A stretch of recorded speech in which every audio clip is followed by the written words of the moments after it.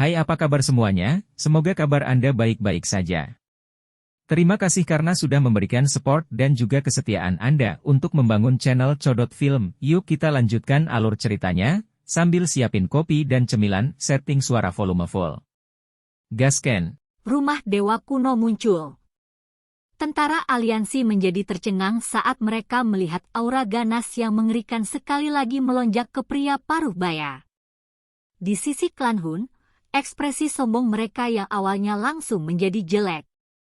Yang mulia, mantan Kaisar Naga, apakah itu benar-benar Anda? Pada saat ini, penatua Zhu Luo yang pikirannya kabur, akhirnya terbangun.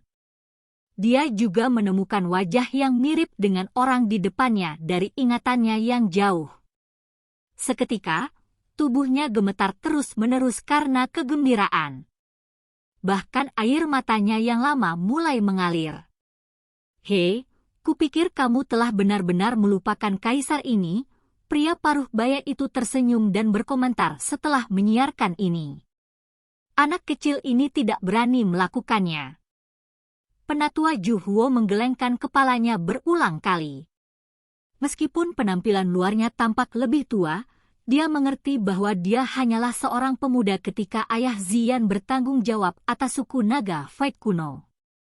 Sesepuh lain dari suku naga kuno saling memandang.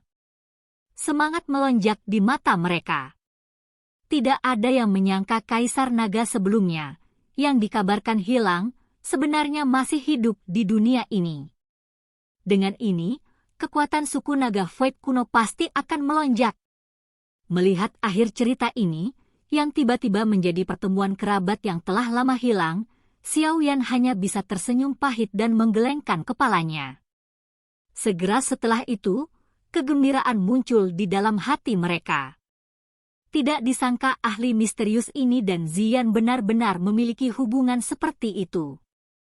Dengan cara ini, situasinya akan berbalik. Jadi kau adalah kaisar naga sebelumnya dari suku naga Fight kuno. Gu Yuan menghela nafas setelah melihat suasananya cukup bagus. Dia segera menangkupkan kedua tangannya dan tertawa. Meski aku lebih tua darimu, kekuatan seseorang tetaplah yang paling penting. Anda bisa memanggil saya Jukun. Yang disebut Kaisar Naga sebelumnya tidak mengudara saat menghadapi Gu Yuan. Dia hanya melambaikan tangannya dan berkata, "Kakak Jukun." Gu Yuan mengungkapkan senyum di wajahnya saat mendengar ini. Dia menangkupkan kedua tangannya. Secara alami sangat bermanfaat untuk berkenalan dengan ahli seperti itu. Yang mulia, Xiao Yan adalah dermawan besar dari suku naga kuno kami. Dia telah menyelamatkan suku kami dari banyak situasi kritis. Selain itu, jika bukan karena dia, Ziyan tidak akan bisa kembali dengan selamat ke suku kami. Sesepuh Zhu Huo melangkah maju dan berbicara dengan hormat. Situasi kritis? Bagaimana suku naga Fight kuno sekarang? Jukun terkejut mendengar ini. Ekspresinya dengan cepat tenggelam. Zamannya adalah puncak dari suku naga Fight kuno. Hampir tidak ada faksi di benua yang berani menyinggung perasaannya. Penatua Zhu Huo ragu-ragu sejenak. Setelah itu, dia secara kasar menjelaskan beberapa insiden yang terjadi setelah dia menghilang dari sang kaisar naga. Mata Jukun memiliki amarah di matanya setelah dia mendengar suku naga kuno dipisahkan menjadi 4. Jelas, dia tidak menyangka bahwa orang-orang ini, yang awalnya sangat menghormatinya, benar-benar akan menjadi sangat berani setelah dia menghilang. Sepertinya aku benar-benar pusing kali ini. Untungnya, mereka tidak membuat kesalahan besar. Beberapa keringat dingin tiba-tiba muncul di dahi Jukun setelah Zhu Huo menjelaskan situasinya dengan kasar. Dia tersenyum menatap Xiao Yan. Ekspresi wajahnya sangat hangat. Itu benar-benar berbeda dari keganasannya dari sebelumnya. Dari apa yang telah diringkas Zhu Huo, dia bisa mengatakan bahwa Ziyan memiliki hubungan yang cukup baik dengan Xiao Yan ini. Menambahkan ini ke bagaimana Zian telah mempertaruhkan nyawanya untuk melindungi Xiao Yan sebelumnya, dia mengerti bahwa jika ada kecelakaan yang terjadi pada Xiao Yan hari ini, kemungkinan masalah ini akan sulit untuk diselesaikan. Xiao Yan sedikit terdiam saat melihat wajah yang sangat hangat itu. Pada saat ini, yang bisa dia lakukan hanyalah menggelengkan kepalanya tanpa daya. Dia berkata, "Penatua benar-benar tahu bagaimana bercanda. Memanggilku lebih tua membuat kami tampak seperti orang asing. Anda berteman baik dengan Zian. Jika Anda tidak keberatan, Anda bisa memanggil saya paman." Jukun melambaikan tangannya dan buru-buru berkata. Xiao Yan sekali lagi tidak bisa berkata-kata. Dia tidak bisa tertawa atau menangis saat dia menangkupkan kedua tangannya dan memanggil, "Paman Jukun." Jukun mengangguk sambil tersenyum setelah melihat ini. Sudut matanya mengarah ke Zian, yang telah diam. Hatinya sedikit bersukacita setelah melihat ekspresi yang terakhir tampak menjadi agak lebih hangat. "Haha, karena aku telah berjanji pada putriku, aku harus mengambil nyawa orang ini," Jukun menoleh. Matanya menatap Hun Tiandi agak jauh sebelum dia berbicara sambil menyeringai. Gu Yuan di samping tanpa sadar tersenyum. Dia melihat ekspresi Hun Tiandi yang sangat jelek. Tiba-tiba, dia merasa rileks ingin tertawa ke arah langit. Ini benar-benar kasus keberuntungan seseorang yang diubah. Orang itu dari sebelumnya mencoba untuk menambahkan penghinaan pada cedera sebelumnya. Namun, dia tidak menyangka bahwa situasinya telah benar-benar berbalik dalam sekejap. Berdasarkan akal sehatnya, Gu Yuan sudah mengerti bahwa Jukun jelas tidak lebih lemah darinya. Yang terakhir juga berada di kelas Dou Sheng bintang 9 lanjutan. Dengan kekuatan mereka digabungkan, bahkan Hun Tiandi akan menderita kekalahan yang menyedihkan. Sudah bertahun-tahun sejak saya bertarung.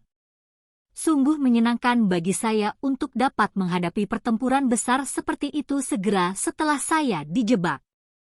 Tubuh Jukun berangsur-angsur melayang. Dia mengepalkan tinjunya.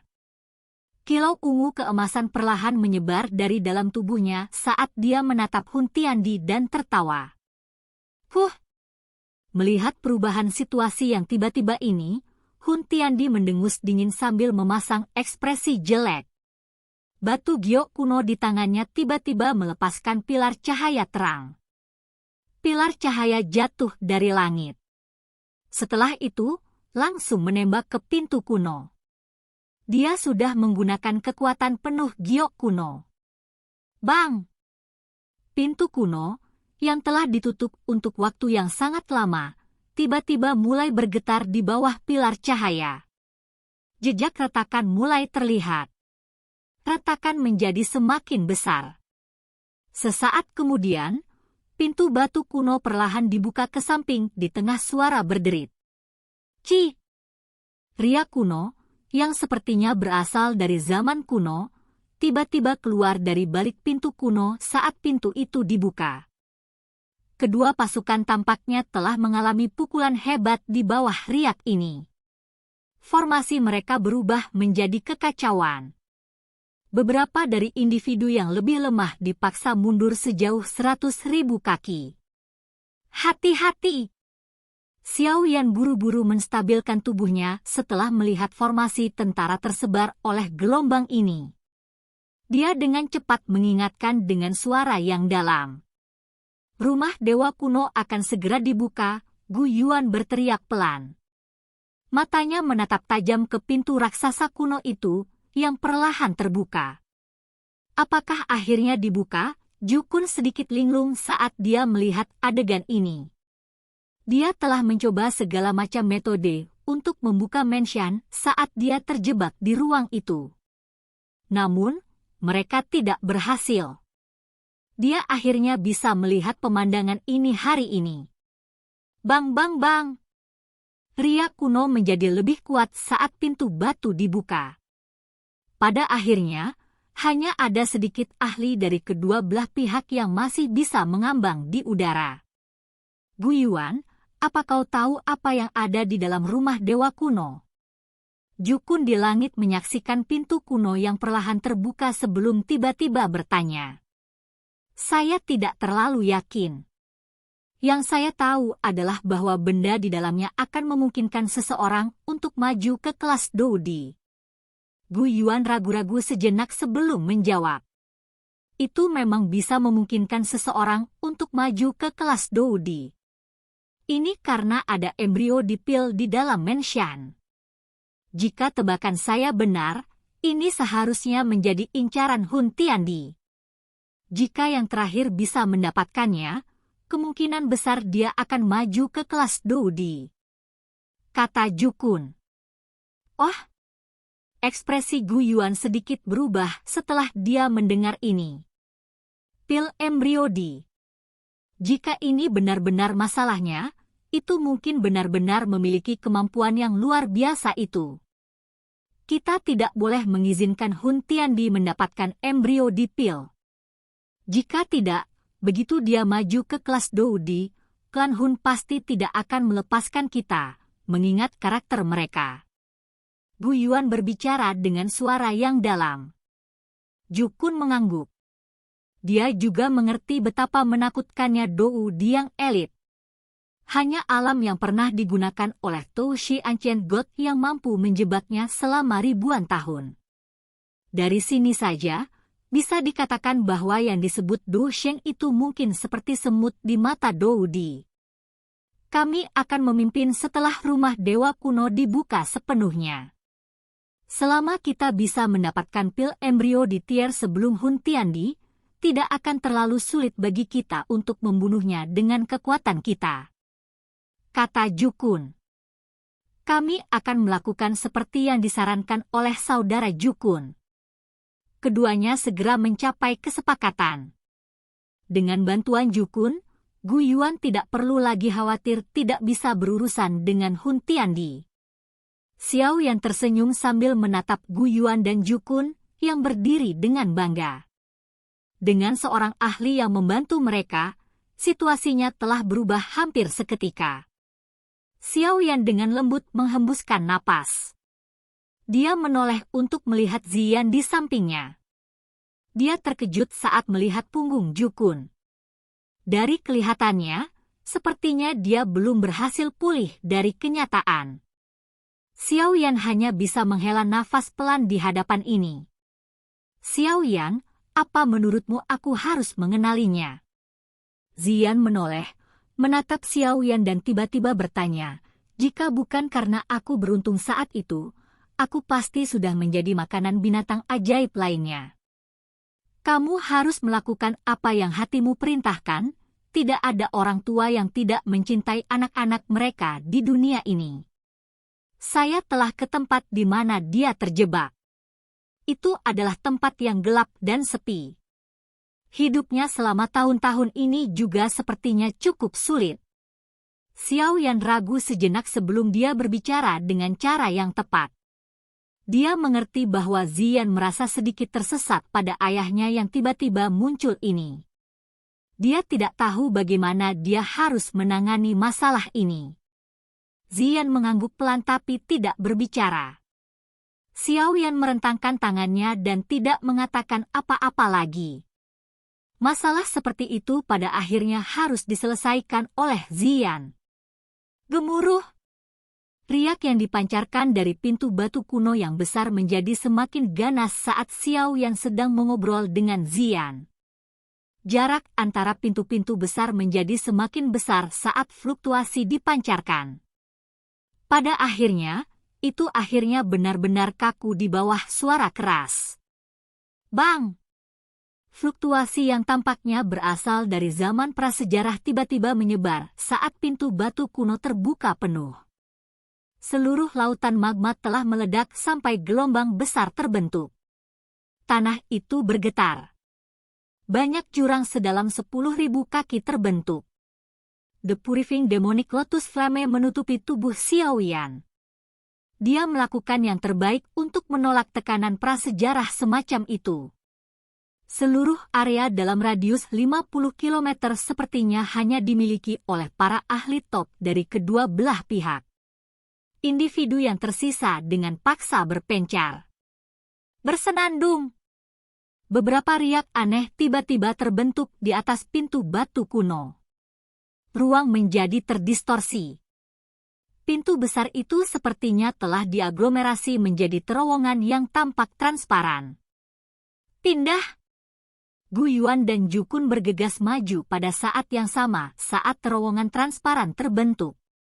Hun Tiandi dan Nihility Devouring Flame juga telah berubah menjadi dua sinar cahaya yang masuk ke terowongan dengan kecepatan seperti kilat. Kita juga harus pergi. Xiao Yan berteriak pelan setelah melihat adegan ini. Dia bergegas maju dengan kecepatan ekstrim, menahan tekanan padat dan langsung menerjang ke dalam terowongan. Para ahli dari kedua belah pihak juga mengerumuni dari belakang.